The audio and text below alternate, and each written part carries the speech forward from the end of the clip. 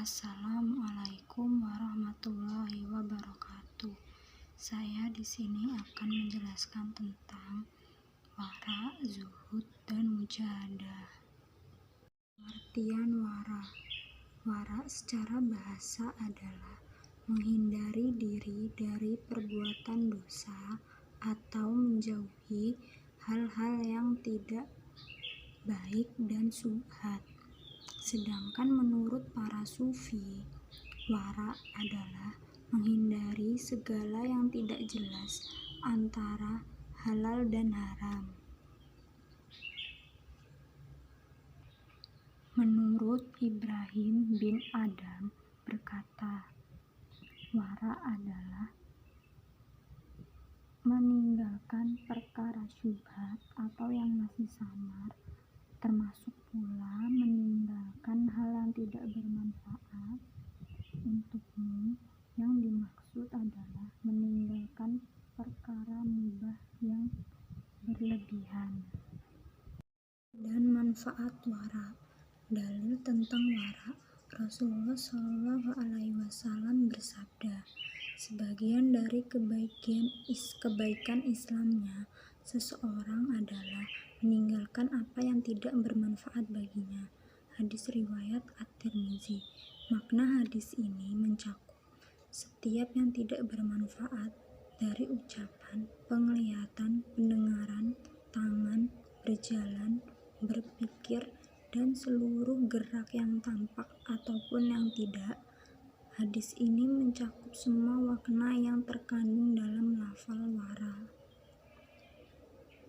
Manfaat wara yaitu 1. Terhindar dari azab Allah Subhanahu wa Ta'ala.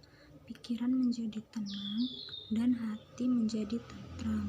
2. Menahan diri dari hal-hal yang dilarang. 3. Tidak menggunakan waktu untuk hal-hal yang tidak bermanfaat. 4. Mendatangkan cinta Allah Subhanahu wa Ta'ala, karena Allah mencintai orang-orang yang wara. 5. Membuat doa dikabulkan. 6. Mendapat keridhaan Allah Subhanahu wa Ta'ala dan bertambahnya kebaikan. 7. Terdapat perbedaan tingkatan manusia di dalam surga sesuai dengan perbedaan tingkatan wara mereka. Pengertian zuhud. Zuhud adalah upaya manusia mengalihkan perhatiannya jauh dari dunia.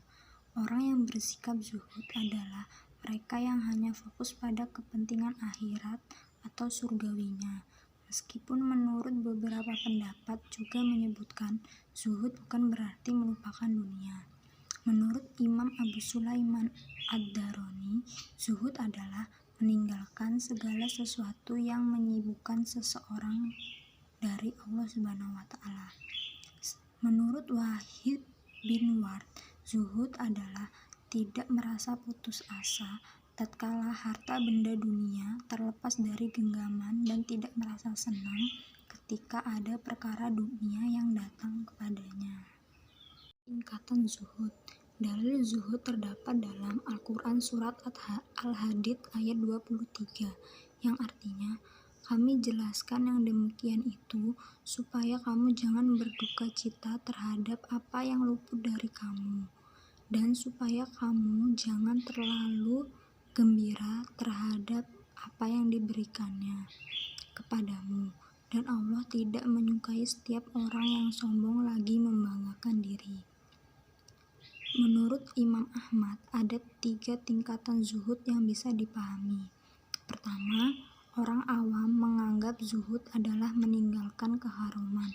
Kedua, orang istimewa, khawas, menganggap zuhud adalah meninggalkan hal-hal yang halal sekalipun melebihi kebutuhannya. 3. Orang yang sangat istimewa, al-arifin, menganggap zuhud adalah meninggalkan segala sesuatu yang mengganggunya untuk mengingat Allah Subhanahu wa Ta'ala. Pengertian mujahadah.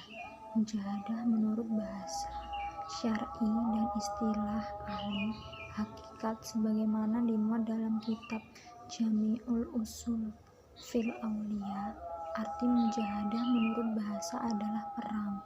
Menurut aturan syara adalah perang melawan musuh-musuh Allah. Dan menurut istilah ahli, hakikat adalah memerangi nafsu amarah bisu'u dan memberi beban kepadanya untuk melakukan sesuatu yang berat baginya yang sesuai dengan aturan syara agama. Sebagian ulama mengatakan mujahadah adalah tidak menuruti kehendak nafsu, dan ada lagi yang mengatakan mujahadah adalah menahan nafsu dari kesenangannya. Mujahadah secara umum adalah berjuang bersungguh-sungguh, berperang melawan musuh. Yang dimaksud di sini adalah bersungguh-sungguh untuk memerangi dan menundukkan hawa nafsu untuk diarahkan kepada ajaran agama yang benar. Mujahadah. Setelah kita tahu tentang arti mujahadah, salah besar apabila kita masih menganggap bahwa mujahadah bagian dari jihad yang sering didefinisikan sebagai salah satu untuk memerangi orang kafir dengan menggunakan kekerasan. Dari mujahadah itu sendiri akan kita dapati beberapa manfaat, yaitu 1. Menjernihkan hati dan ma'rifat billah, sadar kepada Allah. 2. Memperoleh hidayah taufik Allah Subhanahu wa Ta'ala, syafaat tarbiyah Rasulullah SAW.